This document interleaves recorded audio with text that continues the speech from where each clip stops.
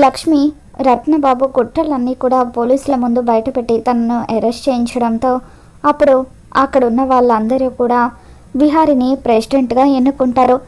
ఇక విహారి ఎంతగానో ఆనందపడిపోతూ ఒకవేళ ఎప్పుడైనా నేను అందుబాటులో లేనప్పుడు లక్ష్మి మీకు కావలసిన పనులన్నీ కూడా చూసుకుంటుంది అని చెప్పి అంటూ ఉంటాడు. కంగ్రాట్స్ అల్లుడు అని చెప్పి చారుకేశ విహారికి కంగ్రాట్స్ చెప్తూ ఉంటాడు. థ్యాంక్ యూ మామయ్య అని చెప్పి విహారి అంటూ ఉంటే ఇదంతా కూడా లక్ష్మి వల్లే సాధ్యమైంది. లక్ష్మి ఎంతో డేర్ చేసి రత్నబాబుకి సంబంధించిన సాక్ష్యాలన్నిటినీ కూడా సేకరించిందని చెప్పి చారుకేశ అంటూ ఉంటాడు. అవును మామయ్య, లక్ష్మి నా పక్కనుంటే నేను దేన్నైనా సాధించగలను అని చెప్పి విహారి అంటూ ఉంటాడు. ఇక అప్పుడు లక్ష్మి మనసులో ఎంతగానో బాధపడిపోతూ, విహారి గారు, మీరు నా మీద ఎంతో నమ్మకం పెట్టుకుంటున్నారు, కానీ మీ నమ్మకాన్ని వమ్ము చేస్తూ నేను మీకు త్వరలో విడాకులు ఇవ్వబోతున్నాను, మన బంధం తెగిపోబోతుంది అని చెప్పి లోపల ఎంతగానో బాధపడిపోతూ ఉంటుంది.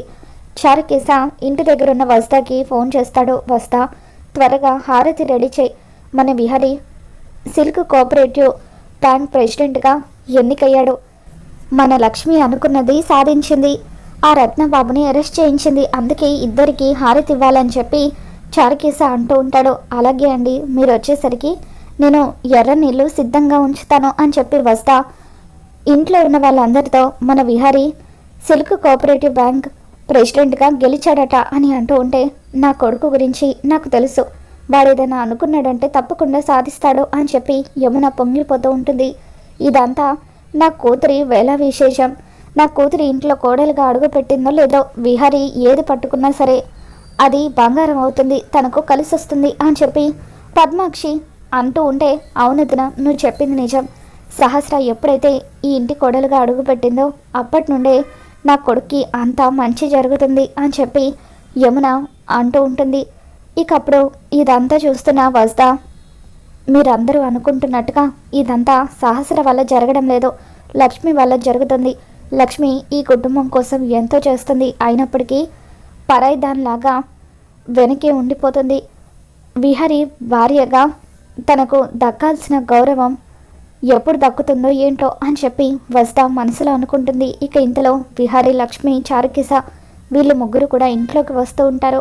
అప్పుడు విహారీకి లక్ష్మికి వస్తా హారతి ఇస్తూ ఉంటుంది. అప్పుడు పద్మాక్షి వస్తా మీద మండిపడుతూ, ఏ వస్తా, ఎవరికి హారతి ఇవ్వాలో నీకు తెలీదా, గెలిచింది విహారీ అయితే ఆ లక్ష్మికి కూడా హారతి ఇస్తావేంటి, ఒక పనిదానికి అంత మర్యాద ఇవ్వాల్సిన అవసరం లేదో, అంత గౌరవం ఇవ్వాల్సిన అవసరం లేదని చెప్పి పద్మాక్షి మండిపడుతూ ఉంటే, అది కాదక్క, విహారీకి లక్ష్మి కూడా చాలా సాయం చేసింది కదా, తను ఆ రత్నబాబుని అరెస్ట్ చేయించడం వల్లే కదా ఈరోజు విహారీ గెలిచింది అని అంటూ ఉంటే, దాని మొహంలే, దానికి తెలియకుండానే దాని ఫింగర్ ప్రింట్స్ని పోగొట్టుకొని ఆ 100 కోట్లు పోవడానికి కారణమైంది కదా, అప్పుడు జరిగిన తప్పంతా కూడా కప్పిపుచ్చుకోవడానికే ఇప్పుడు ఈ కథలన్నీ పడుతుంది అని చెప్పి పద్మాక్షి అంటూ ఉంటుంది.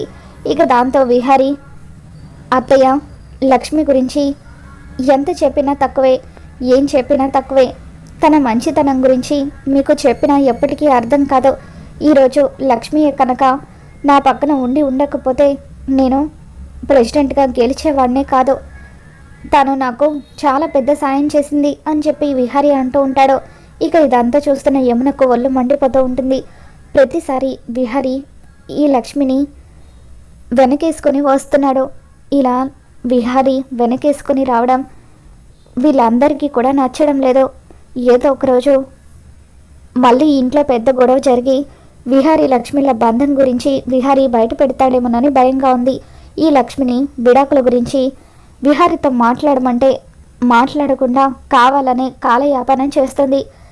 ఇక నేనే ధైర్యం చేసి ఒక అడుగు ముందుకు వేయాలి, ఆ విడాకుల పేపర్స్ విహారీ కంటపడేలాగా చేయాలి, అప్పుడే ఈ ఇల్లు సంతోషంగా ఉంటుంది అని చెప్పి యమున ఈ రాత్రికే విహారీ ఆ పేపర్స్ చూసేలాగా ప్లాన్ చేస్తాను అని చెప్పి అనుకుంటూ ఉంటుంది. వస్తా విహారీకి హారతి ఇవ్వడంతో అందరూ కూడా ఇంట్లోకి వస్తారు. రాత్రిపూట అందరూ భోజనం చేసి నిద్రపోతూ ఉండగా అప్పుడు విహారీ లక్ష్మికి మనస్ఫూర్తిగా నేను థ్యాంక్స్ చెప్పాలి, ఇప్పుడు అందరూ కూడా పడుకొని ఉంటారు లక్ష్మితో, కాస్త ఏకాంతంగా మాట్లాడొచ్చు అనుకొని విహారీ తన గదుల నుండి బయటకు వస్తూ ఉంటాడు. అప్పుడు యమున కావాలని లక్ష్మి దగ్గర తీసుకున్న విడాకుల పేపర్స్ని విహారీ చూసేలాగా మెట్ల దగ్గర పెడుతుంది. మెట్ల దగ్గరున్న పేపర్స్ని చూసి విహారీ ఇదేంటి ఈ పేపర్స్ ఇక్కడ పడున్నాయని చెప్పి వాటిని చేత్తో పట్టుకొని చూస్తూ ఉంటాడు. ఇక దాంతో యమున అమ్మయ్య మొత్తానికి విహారీ ఆ పేపర్స్ని చూసేశాడు. వాటిని గురించి లక్ష్మిని నిలదీస్తాడు. అప్పుడు లక్ష్మి విడాకుల గురించి విహారీకి చెప్పేస్తుంది. ఇక ఈ సమస్య తీరిపోయినట్టే అని చెప్పి యమున అక్కడి నుండి వెళ్ళిపోతుంది. విహారీ ఆ విడాకుల పేపర్స్ చూసి ఒక్కసారిగా షాక్ అవుతూ ఉంటాడు. కనక మహాలక్ష్మి నాకు విడాకులు ఇవ్వాలనుకుంటుందా అని చెప్పి తను ఎందుకు ఇంత పెద్ద నిర్ణయం తీసుకుందని చెప్పి విహారీ ఎంతగానో బాధపడిపోతూ ఉంటాడు. ఇక తన కళ్ళల్లో నీళ్లు తిరుగుతూ ఉంటే అప్పుడు లక్ష్మితో ఎలాగైనా సరే ఈ విషయం గురించి మాట్లాడాలని విహారీ అనుకుంటాడు. తర్వాత రోజు ఉదయాన్నే విహారీ లక్ష్మితో లక్ష్మి నీతో నేను కాస్త మాట్లాడాలి, ఇక్కడ కాదు అంటూ తనని బయటకు తీసుకొని వెళ్ళిపోతాడు. విహారీ గారు ఇదేంటి, ఎందుకు నన్ను ఇక్కడికి తీసుకొచ్చారని చెప్పి లక్ష్మి విహారీని ప్రశ్నిస్తూ ఉంటుంది. నువ్వు నా దగ్గర ఏదైనా దాస్తున్నావా అని చెప్పి విహారీ అడుగుతూ ఉంటాడు. లేదు విహారీ గారు, నేను మీ దగ్గర ఏం దాస్తాను అని చెప్పి లక్ష్మి అంటూ ఉంటుంది. లేదు లక్ష్మి, నువ్వు నాకు అబద్ధం చెప్తున్నావు. గత కొద్ది రోజులుగా నువ్వు చాలా డల్గా ఉంటున్నావు. నీలో నువ్వు దేని గురించో బాధపడుతున్నావో అదేంటో ఇప్పుడే నాకు తెలియాలి అని విహారీ అంటూ ఉంటాడు. అదేం లేదు విహారీ గారు, నేను బాగానే ఉన్నాను అని లక్ష్మి అంటూ ఉంటుంది. మరైతే ఏంటి విడాకుల పేపర్స్, నువ్వు నాకు విడాకులు ఇవ్వాలనుకోవడం ఏంటి కనుక అని చెప్పి విహారీ అడుగుతూ ఉంటాడు. ఇక దాంతో లక్ష్మి కొద్ది రోజులుగా ఈ విషయం నేనే మీతో ఎలా చెప్పాలా అని ఆలోచిస్తున్నాను. నేను మీ విడాకులు ఇవ్వాలనుకుంటున్నాను విహారీ గారు, మీరు కూడా అందులో సంతకం పెట్టేయండి అని అంటూ ఉంటుంది. దాంతో విహారీ ఇంత సడన్గా నువ్వెందుకు ఈ నిర్ణయం తీసుకున్నావు కనకం, ఇది నీకు వచ్చిన ఆలోచనేనా లేదంటే నీతో ఎవరైనా బలవంతంగా చేయిస్తున్నారా అని చెప్పి విహారీ అంటూ ఉంటాడు. దాంతో లక్ష్మి ఎవరో ఎందుకు నాతో చేయిస్తారు విహారీ గారు, నేనే ఈ నిర్ణయం తీసుకున్నాను. సహస్ర అమ్మకు మాత్రమే మీ పక్కన భార్యగా నిలబడే స్థానం ఉంది, నాకు మీ పక్కన నిలబడే అర్హత లేదు అని చెప్పి లక్ష్మి అంటూ ఉంటుంది. దాంతో అలా అని ఎవరన్నారు లక్ష్మి, ఎవరు అవునన్నా కాదన్నా నువ్వే నా భార్యవి అని చెప్పి విహారీ అంటూ ఉంటాడు. ఇక దాంతో లక్ష్మి కానీ నేను మీతో కలిసి ఉండాలని అనుకోవడం లేదు అని చెప్పి లక్ష్మి అంటూ ఉంటుంది.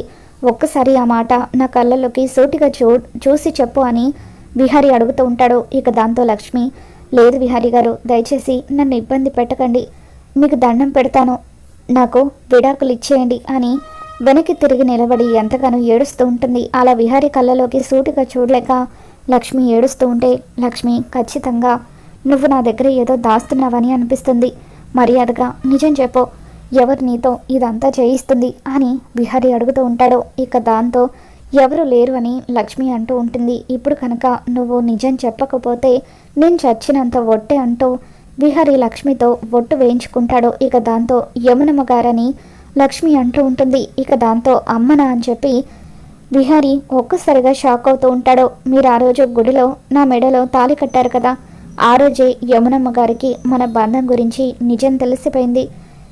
మీ భార్యగా కేవలం సహస్ర అమ్మగారు మాత్రమే ఉండాలని చెప్పి యమునమ్మ గారు మీకు విడాకులు ఇవ్వమని నాతో చెప్పారు, అందుకే ఆవిడ కోరిక మేరకు నేను విడాకులు ఇవ్వడానికి సిద్ధపడ్డాను అని చెప్పి లక్ష్మి అంటూ ఉంటుంది. ఇక దాంతో విహారీ ఒక్కసారిగా షాక్ అవుతూ ఉంటాడు.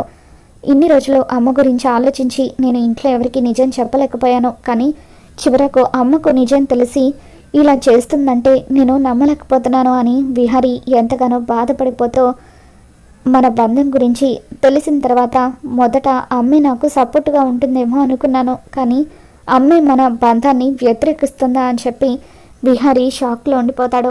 అమ్మకు ఆ రోజు మైల్డ్ హార్ట్ స్ట్రోక్ రావడం ఇదంతా నిజం కాదా, నేను మన బంధం గురించి బయట పెట్టకుండా ఉండడం కోసమే అమ్మ ఇదంతా చేస్తుందా అని చెప్పి నిజం తెలుసుకోవాలని విహారీ యమునకు ట్రీట్మెంట్ చేసిన డాక్టర్ దగ్గరికి వస్తాడు. డాక్టర్ నిజం చెప్పండి, మా అమ్మకు నిజంగానే ఆ రోజు మైల్డ్ హార్ట్ స్ట్రోక్ వచ్చిందా అని అడుగుతూ ఉంటే అప్పుడు డాక్టర్ విహారీకి నిజం చెప్పేస్తూ లేదు విహారీ గారు, మీ అమ్మగారు నాతో అబద్ధం చెప్పించారు, ఆ రోజు మీ అమ్మగారికి ఎటువంటి హార్ట్ స్ట్రోక్ రాలేదు అని అంటూ ఉంటే విహారీ ఒక్కసారిగా కుప్పకూలి అమ్మ చిన్నప్పటి నుండి నేను నీ మాటే వింటూ పెరిగాను, ఏ రోజు కూడా నీకు ఎదురు చెప్పలేదు. అటువంటిది ఈరోజు లక్ష్మిని నా నుండి దూరం చేయడం కోసమని నువ్వు నన్ను ఇంత మోసం చేస్తావా అని చెప్పి విహారి ఎంతగానో బాధపడిపోతూ ఇక ఈ విషయం గురించి యమునను నిలదీయాలనుకుని యమున దగ్గరికి వెళ్తాడు. అమ్మ, నీతో నేను ఒక విషయం మాట్లాడాలి అని విహారి అంటూ ఉంటే నేను కూడా మాట్లాడాలి అని చెప్పి యమున అంటూ ఉంటుంది. ఇక దాంతో ముందు నువ్వు చెప్పు విహారి అని యమున అనడంతో అప్పుడు విహారి లక్ష్మి గురించి మాట్లాడుతూ, అమ్మ, లక్ష్మికి నాకు పెళ్ళయిందని, లక్ష్మి నా భార్య అన్న నిజం తెలుసుకొని ఎందుకమ్మా ఇంత ద్రోహం చేయాలనుకుంటున్నావో, ఎందుకు లక్ష్మికి నాకు విడాకులు ఇప్పించాలని అనుకుంటున్నావని అంటూ ఉంటే, సహస్ర ఈ ఇంటి కోడలు అవ్వాలనేది మీ నాన్న కోరిక, అందుకే నేను మీ ఇద్దరికి విడాకులు ఇప్పించాలని అనుకుంటున్నాను. ఈ కుటుంబం కలిసి ఉండాలని ఆయన చనిపోయే ముందు కోరుకున్నారు. అందుకే ఆయన భార్యగా ఆయన కోరిక తీర్చాల్సిన బాధ్యత నా మీద ఉంది అని చెప్పి యమున అంటూ ఉంటే, అమ్మ, ఒకప్పుడు నేను కూడా ఈ కుటుంబం కలిసి ఉండాలని కోరుకున్నాను. అందుకే అత్తయ్య కాళ్ళ మీద పడి సహస్రాన్ని పెళ్లి చేసుకుంటానని మాటిచ్చి మరి అత్తయ్యని ఇంటికి తీసుకుని వచ్చాను. కానీ అనుకోని పరిస్థితుల్లో లక్ష్మి మెడలో నేను తాళి కట్టానమ్మా. అందుకే లక్ష్మిని నేను వదిలిపెట్టడం అంటూ జరగదు. ఈ జన్మకు తనే నా భార్య అని విహారి అంటూ ఉంటాడు. లేదు విహారి, ఈ అమ్మ మాట నువ్వు విని తీరాల్సిందే. నువ్వు సహస్రను మాత్రమే భార్యగా చూడాలి. ఎట్టి పరిస్థితుల్లోనూ లక్ష్మిని ఈ ఇంటి కోడలుగా నీ భార్యగా నేను ఒప్పుకోను అని చెప్పి యమున అంటూ ఉంటే, అదే నీ ఫైనల్ నిర్ణయమా అమ్మ అని చెప్పి విహారి అంటూ ఉంటాడు. ఇదే నా ఫైనల్ నిర్ణయం అని చెప్పి యమున అంటూ ఉంటుంది. అయితే నేను చెప్పేది కూడా వినమ్మా. నేను సహస్ర మెడలో కేవలం 2 ముళ్ళు మాత్రమే వేశాను. నా దృష్టిలో అసలు మాకు జరిగింది పెళ్ళే కాదు. లక్ష్మి మెడలో ఇప్పటి వరకు నేను 3 సార్లు తాళి కట్టాను. మా బంధం చాలా విలువైందమ్మా, ఎంతో గొప్పది. నా మనసులో కూడా లక్ష్మికి మాత్రమే స్థానం ఉంది, ఎప్పటికీ ఉంటుంది కూడా. ఈ జన్మకు నేను లక్ష్మిని వదిలిపెట్టలేను. చిన్నప్పటి నుండి ఎప్పుడు నేను నీకు ఎదురు చెప్పలేదు, కానీ లక్ష్మి విషయంలో ఎదురు చెప్తున్నందుకు నన్ను క్షమించమ్మా అని చెప్పి విహారి యమునకి క్షమాపణ చెబుతూ ఉంటాడు. ఇక అలా విహారి నిర్ణయం విన్న తర్వాత యమున ఒక్కసారిగా షాక్ అవుతూ ఉంటుంది. ఒకవేళ లక్ష్మి నీ భార్యగా ఉండాలని నువ్వు అనుకుంటే ఈ ఆస్తిలో నీకు చిల్లి గవ్వ కూడా రాదు అని చెప్పి యమున విహారికి చెప్పడంతో, నాకు ఆస్తిలో వాటా అవసరం లేదమ్మా, లక్ష్మి నా భార్యగా ఉంటే చాలు, నేను సంతోషంగా ఉంటాను అని చెప్పి విహారి తన నిర్ణయం గురించి యమునకు చెప్పేస్తాడు. మరి రాబోతున్న ఎపిసోడ్లో ఏం జరగబోతుందో మళ్ళీ మన ఛానల్లో తెలుసుకుందాం. ఈ వీడియో మీకు నచ్చినట్లయితే తప్పకుండా లైక్ చేయండి.